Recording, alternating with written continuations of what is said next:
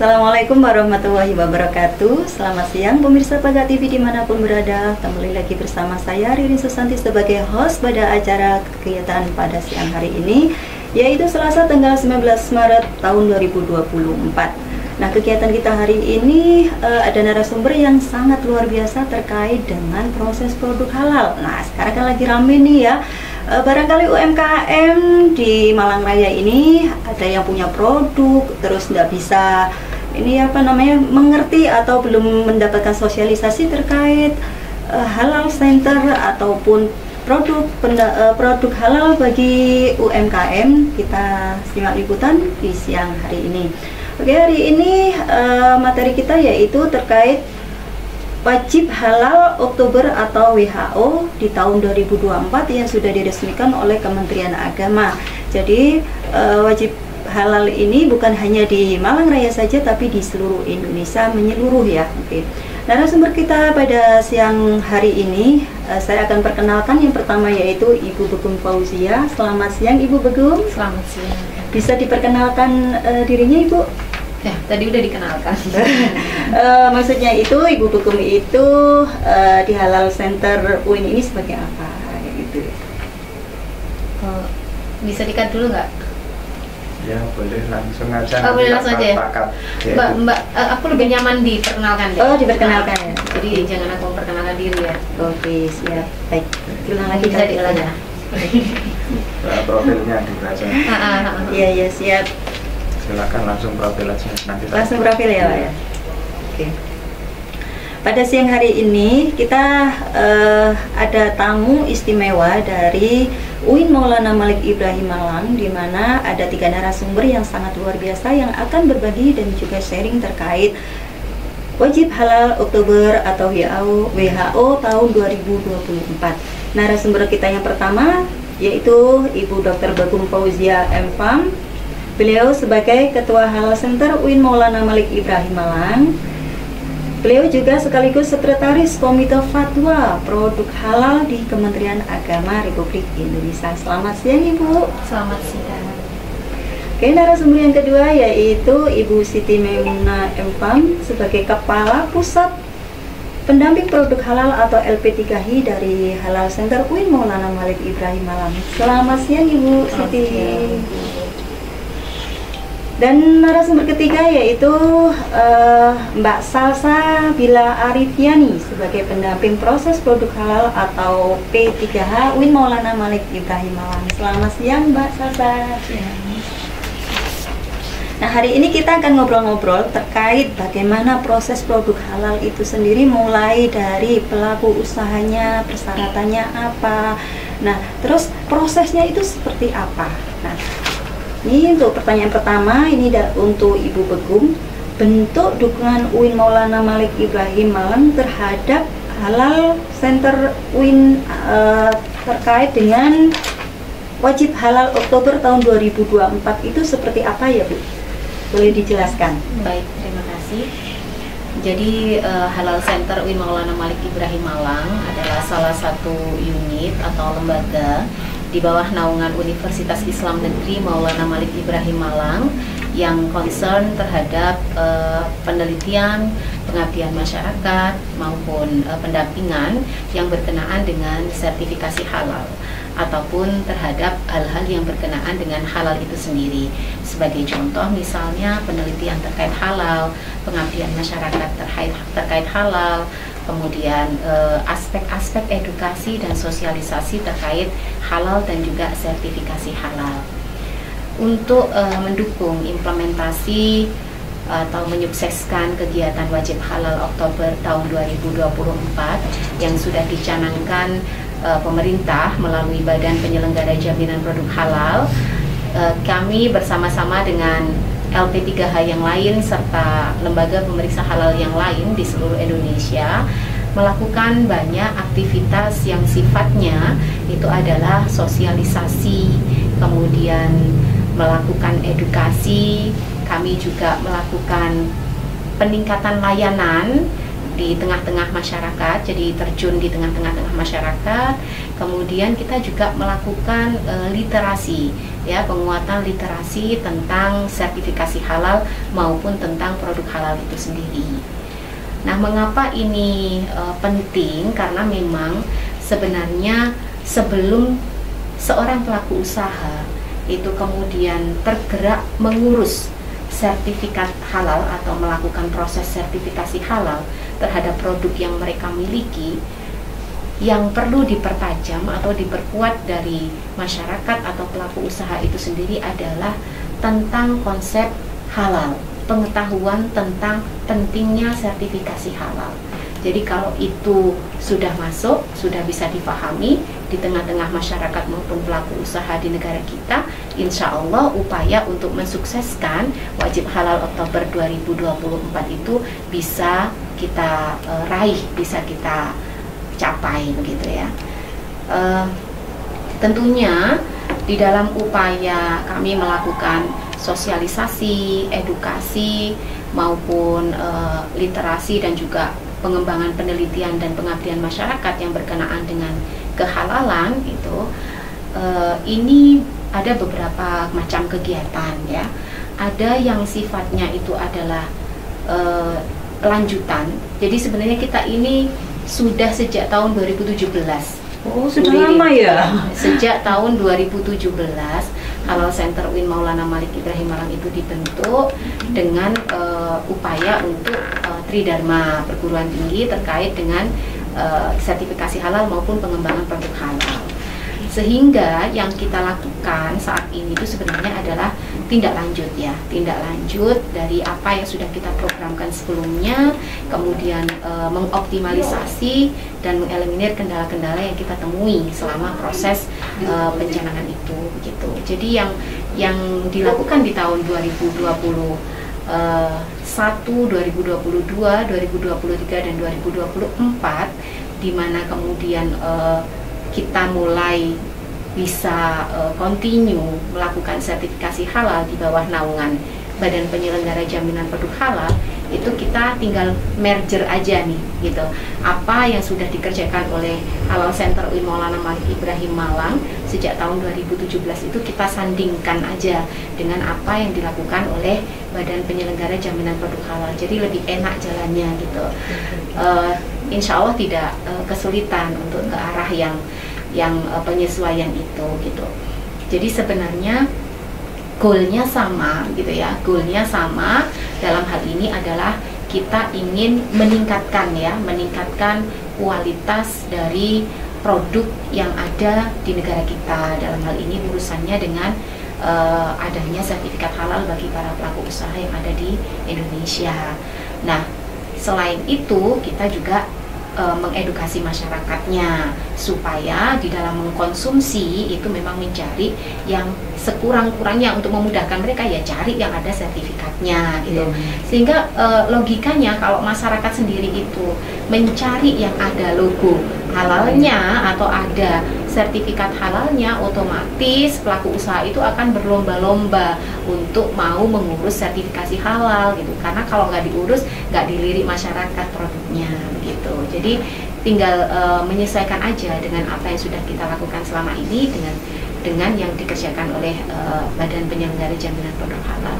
Dan itu sudah kita lakukan cukup lama karena kami sendiri juga melakukan MOU ya dalam hal ini dengan BPJPH, kemudian banyak sekali kegiatan-kegiatan yang memang kita bersinergi gitu, bersinergi tidak hanya terkait dengan pelatihan ya, kemudian tentang layanan sertifikasi halal yang reguler, kita support di sana gitu. Jadi kita pada intinya sangat mensupport kebijakan yang dibuat pemerintah ya, ditetapkan pemerintah, dan mengupayakan supaya kita juga bisa memberikan yang terbaik, yang optimal untuk membantu capaian dari program ini gitu.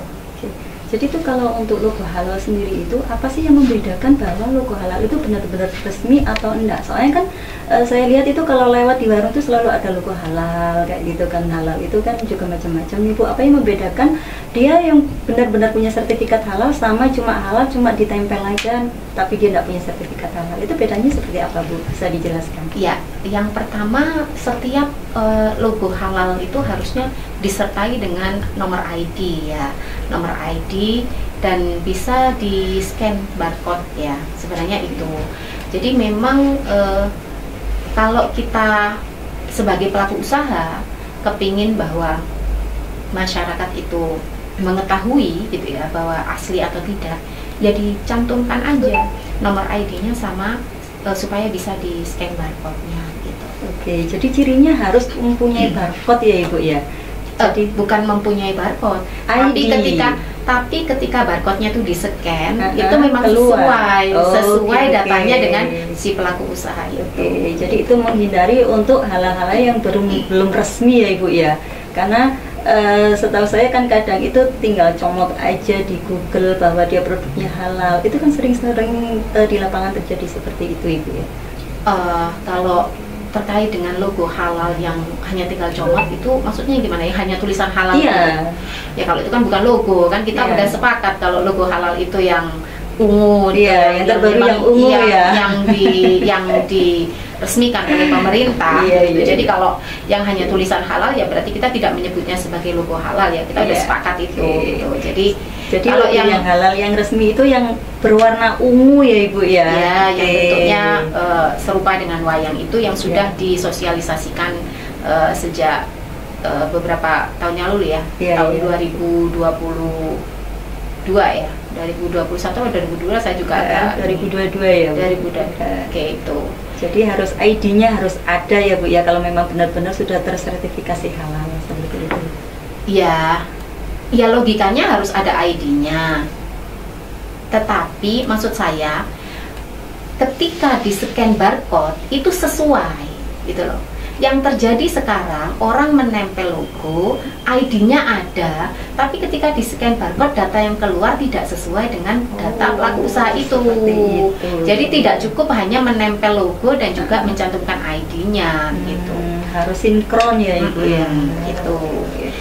Jadi yang harus dicermati itu. Tapi hal-hal seperti ini yang tadi seperti ditanyakan oleh Bu Ririn, itu menurut saya juga hal yang perlu diedukasikan di tengah masyarakat gitu ya, supaya masyarakat itu juga aware bahwa ketika seorang pendamping proses produk halal itu hadir gitu ya untuk melakukan pendampingan bagi pelaku usaha yang ada di tengah-tengah masyarakat itu bisa terhindar dari apa yang disebut dengan pemalsuan data begitu. Jadi mewaspadai itu. Jadi memang nggak bisa kita itu hanya gitu ya, hanya mengedukasi pendamping P3H-nya aja. Kita nggak bisa hanya mengedukasi LP3H-nya aja gitu. Kita itu harus melakukan ke kedua lininya, baik ke masyarakat, ke pelaku usahanya, dan juga ke pendamping P3H-nya itu gitu. Jadi dari hulu sampai hilirnya harus disosialisasi semua ya Bu ya. Itu. Oke, sangat menarik sekali. Ini pertanyaannya kedua ini buat Ibu Siti Maimunah ya. Terkait proses pengajuan sertifikasi halal, skemanya itu ada berapa macam ya Bu ya?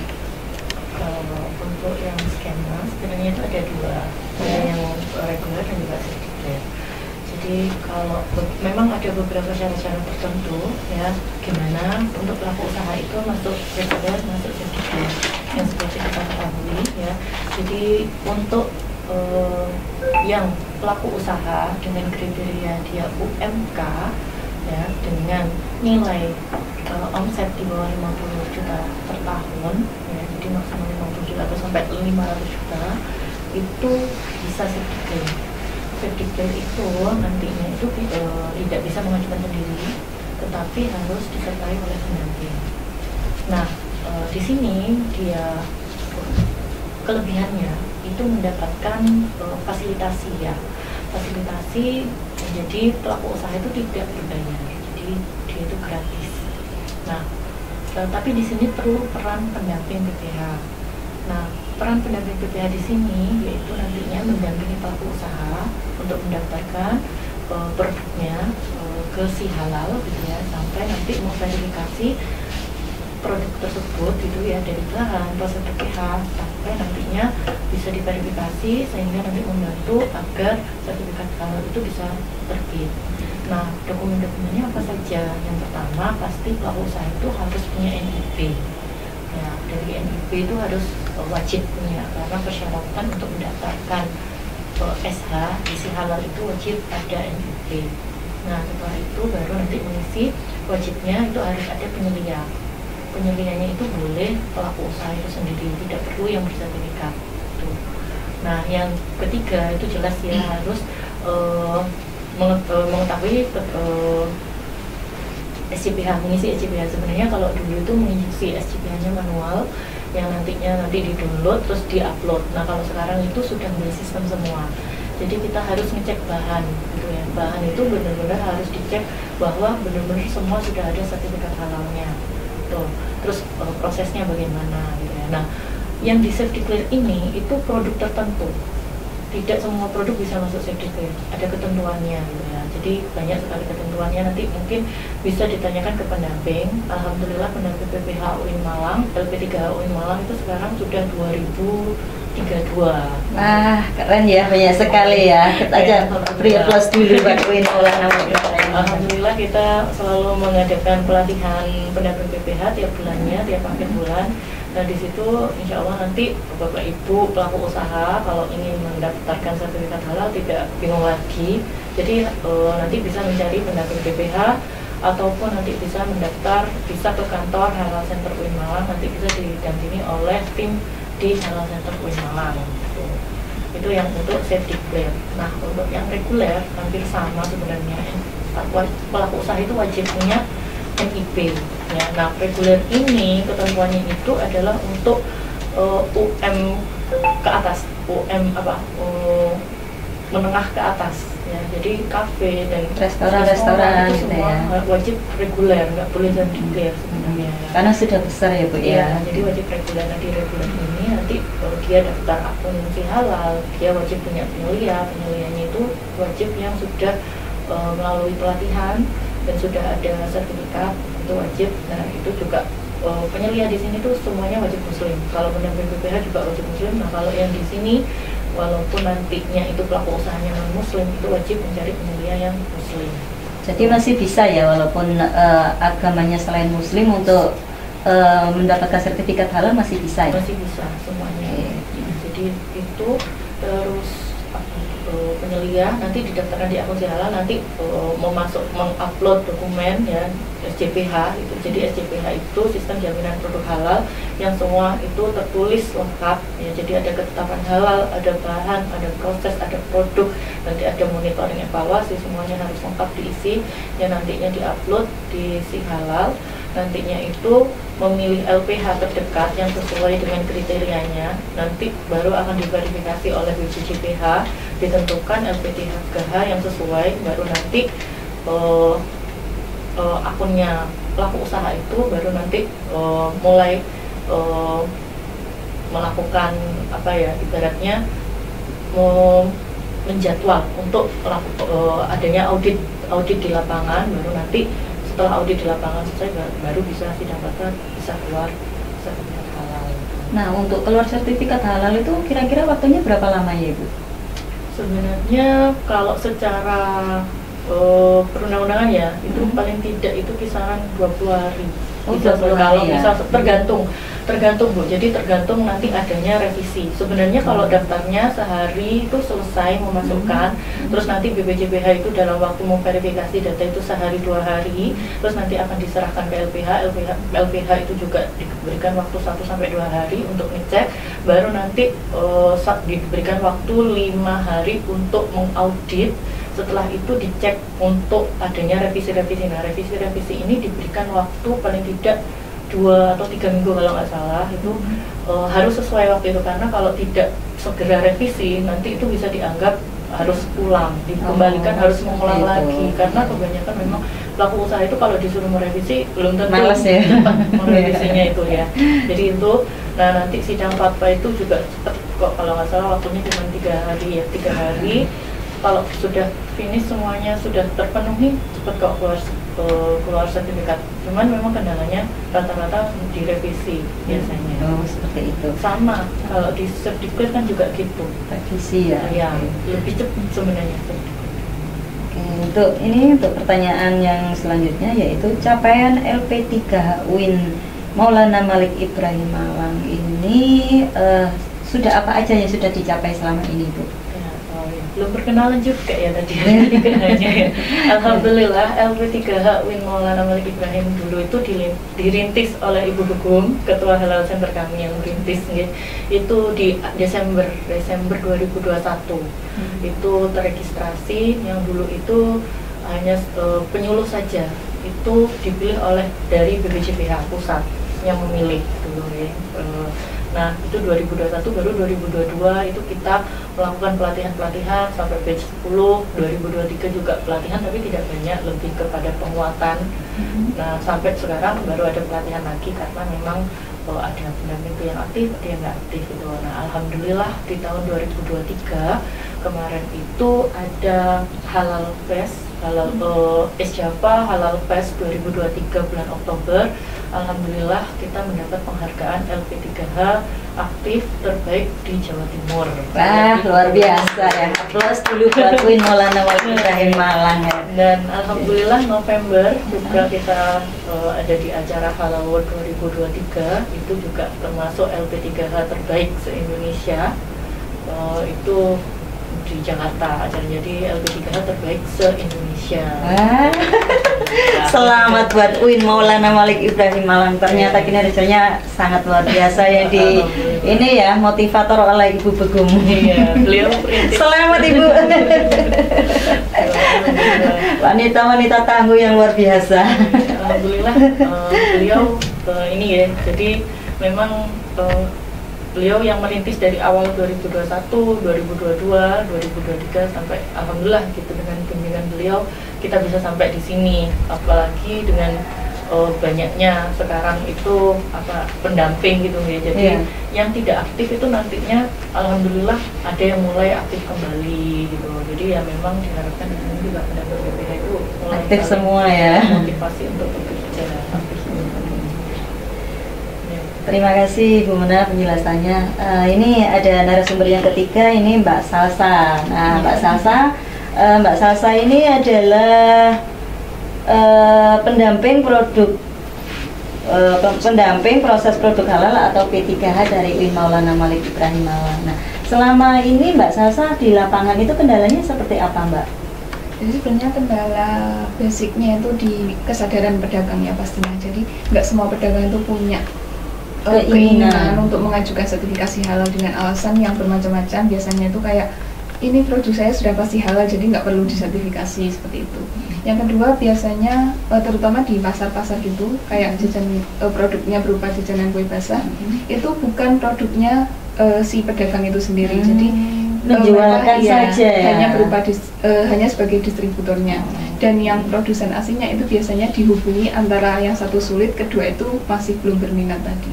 Kalau ada kendala seperti itu apa yang Mbak Salsa lakukan, Mbak? Itu biasanya saya kontak ke distributornya yang menjualkan itu untuk dihubungkan ke produsennya langsung ya. Apabila mau alhamdulillah kita urus, kita bantu proses sertifikasinya. Kalau enggak di skip ya, kita skip yang lain. Karena mungkin di lapangan itu kurang ini ya, sosialisasi terhadap pelaku usahanya sehingga belum memahami terkait fasilitas self-declare itu sendiri. Oke.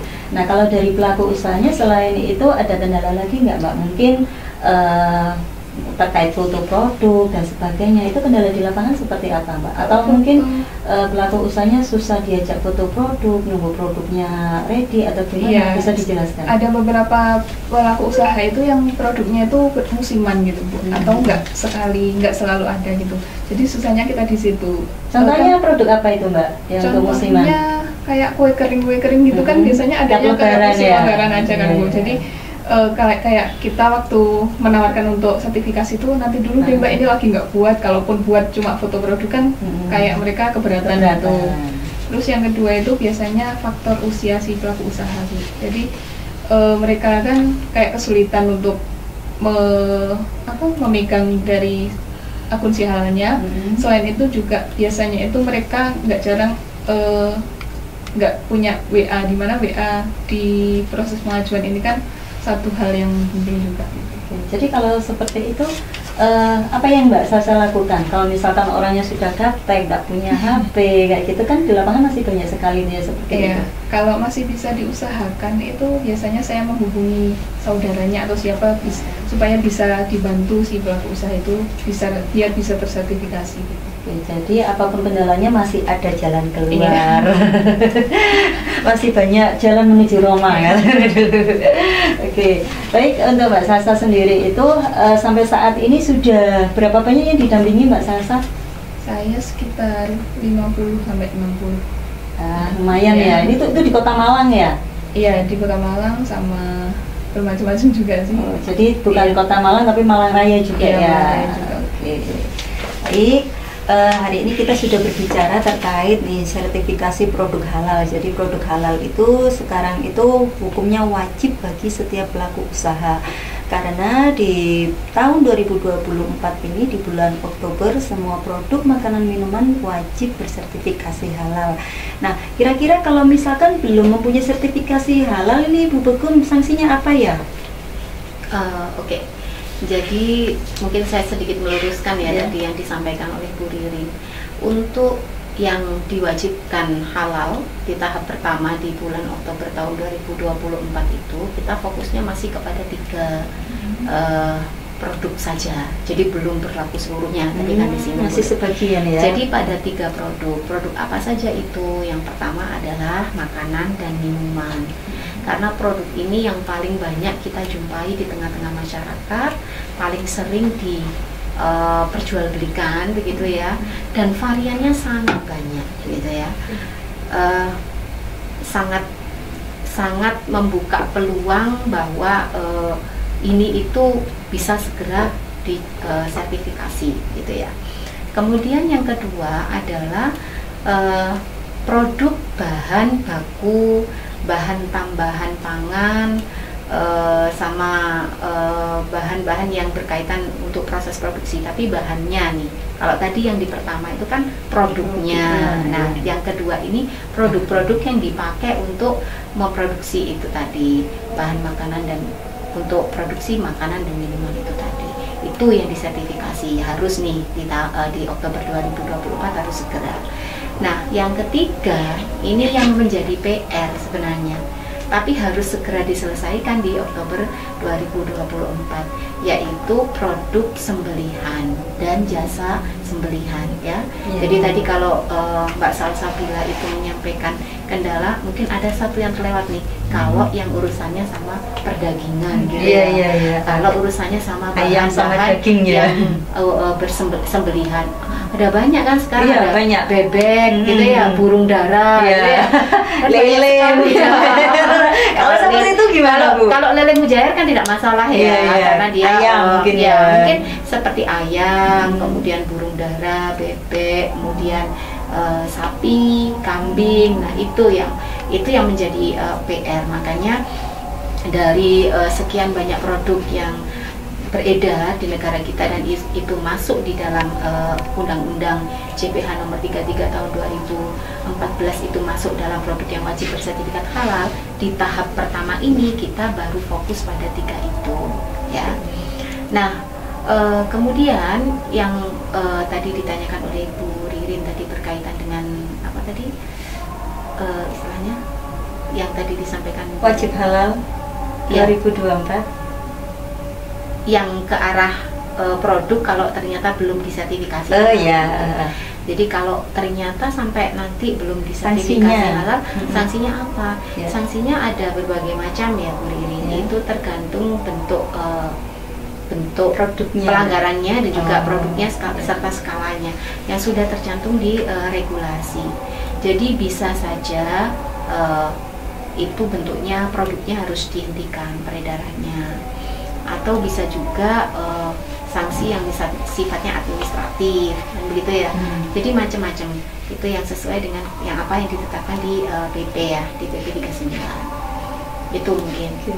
Jadi untuk di Malang ini untuk RPU atau RPH di Malang ada ya? Saya itu kok belum ngecek ya yang terakhir terbaru ya. Iya. Ya, Jadi kalau itu, yang terakhir itu yang kebetulan waktu itu Halal Center UIN Malang ada kerjasama ya. Di tahun berapa ya? Mungkin Bu Muna ingat yang Unggas itu ya. 2022 itu kita ada sudah sampai terbit sertifikasi halal di Kota Malang ya, itu sudah ada. Tapi kalau list yang sekarang nih sejak 2000 saya malah belum mengupgrade karena concernnya udah bergeser. Lebih tinggi lagi concernnya agak bergeser ke yang lain gitu. Jadi kalau dulu ikut turun ke lapangan ya. Kita ngerti gitu. Seperti itu gambarannya. Terus kalau untuk halal reguler sendiri ini kalau di Kota Malang itu sudah banyak atau gimana Bu? Maksudnya halal reguler? Yang sertifikat halalnya atau yang mengurus? Yang mengurus. Oh, LPH-nya Iya. maksudnya. Sudah banyak lembaga pemeriksa halal, tidak hanya di Kota Malang, tapi di Jawa Timur sudah cukup banyak ya. Di lingkup Jawa Timur saja kita diskusikan ya. Itu sudah ada ya, selain UIN Malang ya tentunya ya, sudah ada dari Brawijaya, kemudian dari UIN Surabaya juga sudah ada, kemudian tentunya dari Surveyor Indonesia dan Sukovindo sama dari LPH LWPOM. Jadi udah banyak juga sudah ya, banyak, Bu, ya? sudah banyak. Bahkan sudah ada yang masuk klaster untuk kelas utama. Gitu. Itu selain makanan minuman yang wajib reguler itu produk apa aja Bu? Kalau misalkan nih kosmetik kan ini lagi rame nih kayak orang-orang jual kosmetik buatan sendiri. Nah kalau kayak seperti itu gimana Bu? Sebenarnya yang wajib halal itu ya sesuai yang disebutkan di UU JPH nomor 33 ya.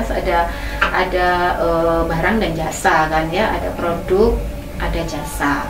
Ya kalau produk itu ada makanan minuman, kemudian produk-produk kimiawi, kosmetik, obat, kemudian kalau jasa sembelihan, bahkan di dalamnya juga disebutkan kan seperti jasa transportasi, jasa pergudangan, itu kan sebenarnya masuk. Tetapi wajib kan, juga ya itu ya? Ya sebenarnya wajib, tetapi kewajiban itu sifatnya bertahap. Tidak semuanya kemudian di tahun 2024 ini harus ber-SH, tidak. Jadi untuk yang tahap ini pada 3 produk yang tadi saya sebutkan. Oke, berarti nanti masih ada ini ya Pak, masih ada waktu, misalkan sekarang masih belum ngurus perizinannya yang reguler atau sertifikasi halalnya, nanti bisa menghubungi ini ya P3H UIN Maulana Malik Ibrahim Malang. Jadi jangan khawatir terkait dengan sertifikasi halal reguler ini, gratis tanpa dipungut biaya. Seperti itu Bu ya. Yang reguler apa yang self declare? Ya self declare ya. Jadi nanti kalau disebutkan begini, maaf iya salah. Iya mohon maaf ya. Jadi untuk halal self declare itu memang gratis ya Ibu ya. Tapi untuk yang reguler memang berbayar sesuai dengan produk yang dihasilkan. Seperti itu ya Bu ya. Jadi di UIN Maulana Malik Ibrahim Malang sendiri kita sudah bisa melayani pengajuan sertifikasi halal baik itu untuk skema self declare maupun skema reguler. Jadi kedua-duanya kita sudah bisa menerima. Untuk ruang lingkupnya yang reguler itu kami sudah bisa menangani baik yang sifatnya makanan minuman, kemudian kosmetik, obat, dan juga jasa sembelihan ya.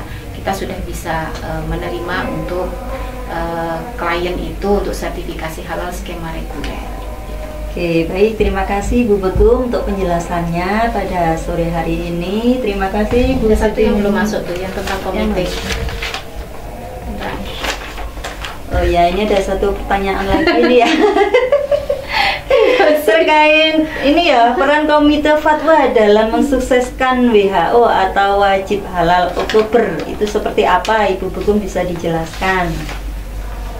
Oke, jadi kalau sebenarnya kalau kita kembali ya, tadi menyinggung apa yang sudah dijelaskan oleh Bu Maimunah terkait dengan alur atau skema proses sertifikasi halal begitu ya.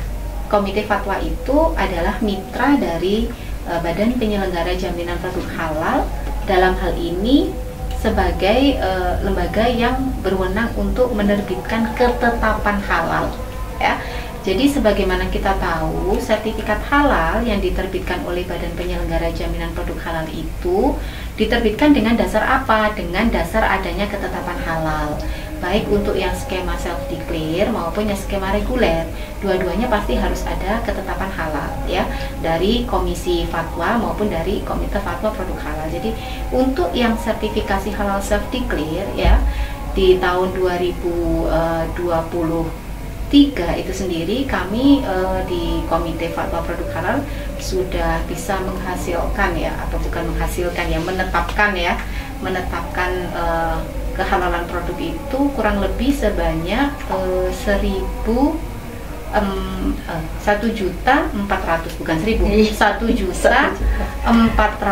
lebih ya. 1.400.000 lebih sertifikat halal. Untuk berapa produk? Nah, itu sampai pada 2.300.000 lebih produknya. Jadi kan kadang ada yang satu sertifikat itu bisa untuk beberapa produk ya gitu. Jadi kami sudah ikut serta ya, istilahnya ikut serta dalam proses penetapan kehalalan produk itu sejak kami di-SK-kan di bulan Maret 2023, dan untuk yang 2023 itu angka capaian kinerja kami segitu ya. Jauh lebih banyak dibandingkan dengan sertifikasi halal self-declare di tahun 2022 begitu. Jadi dalam hal ini ya kita ikut mendukung nih, cara kita sesuai dengan kewenangan kita ya. Bagaimana bentuk dukungan kita terhadap wajib halal Oktober ya. Selain kita sendiri juga mensosialisasikan tentang peranan dari Komite Fatwa Produk Halal Kementerian Agama, ya kita juga itu tadi ikut berjibaku ya dengan seluruh mitra yang terkait dengan proses sertifikasi halal tadi sesuai dengan kewenangan tugas kami. Kalau kewenangan tugas kami adalah menerbitkan ya ketetapan halal pada suatu produk, ya itu yang kita lakukan. Gitu. Kalau untuk kuotanya sendiri di tahun 2024 ini itu lebih paham LP3H nih, karena bisa dijelaskan Bu Muna berkaitan kuota untuk tahun ini nih, pasti yang ditunggu-tunggu teman-teman ini. Pengumuman resmi dari BPJPH terkait kuota gitu. Untuk satu ini memang belum ada informasi resmi dari BPJPH, cuman terakhir info dari BPJPH itu masih memang dibuka. Kuotanya masih ada ya. Ada. Kalau bisa kan, kalau biasanya saat ini gitu ya, itu kan kadang pendamping BPH itu kayak ini masih ada enggak tetap aja langsung maksimal jalan aja ya. Selama masih belum ada informasi tentang pemberhentian kuota itu masih aja langsung. Belum ada untuk kapan terakhirnya kuotanya baru. Nah, ini tetap Mbak Sasa semangat ini untuk mencari pelaku usaha di Malang Raya nih. Nah, ini trik dan tipnya Mbak Sasa ini di lapangan seperti apa, Mbak? Kalau untuk saya, para pelaku pendamping di lapangan ini. Ini konteksnya random ya? Iya. Jadi biasanya saya tuh kayak, misalkan saya beli makanan, terus kayaknya kok belum ada logo halalnya, karena sekarang kan trennya menempel logo yang sudah ber-ID itu kan Bu. Kalau belum, saya lakukan pendekatan, biasanya beli dulu, kayak pencitraan dulu lah. Terus habis beli ditanya, Pak sudah bersertifikasi halal belum? Kalau belum, mau nggak kita bantu uruskan, insya Allah gratis, karena ada embel-embel gratis, akhirnya mereka mau gitu. Terus kalau untuk yang belum punya NIB itu bagaimana Mbak Sasa? Kalau belum punya NIB, kita bantu buatkan NIB. Jadi gratis semuanya ya? Iya. Oke, jangan khawatir, ini gratis semua untuk halal self declare ya. Oke. Baik pemirsa Pada TV dimanapun berada, hari ini kita sudah mengupas tuntas terkait pengajuan dan juga ini ya terkait wajib halal Oktober atau WHO di tahun 2024. Jadi mulai dari prosesnya, siapa yang berhak mendapatkan halal reguler ataupun self declare, semuanya sudah dikupas tuntas, dan bagaimana prosesnya tadi juga sudah dikupas tuntas juga. Nah, oleh karena itu bila ingin pemirsa Baga TV ingin menghubungi LP3H atau mungkin mau bertanya-tanya terkait self declare atau mungkin reguler, bisa ditanyakan di nomor HP berapa Bu? Silakan. 0851 7421 8053. Nomor sertifikasi informasi dan layanan konsultasi sertifikat halal LP3H Halal Center UIN Malang, yaitu di 0851 7421 8053. Oke, baik. Karena waktu kita juga terbatas, saya akhiri dan saya ucapkan terima kasih buat Ibu Begung, Ibu Siti Maimunah, dan Mbak Sasa. Baik pemirsa Baga TV dimanapun berada, saya ucapkan terima kasih karena sudah mengikuti kita di sore hari ini. Saya Ririn Susanti mengucapkan selamat sore dan sampai jumpa. Assalamualaikum warahmatullahi wabarakatuh.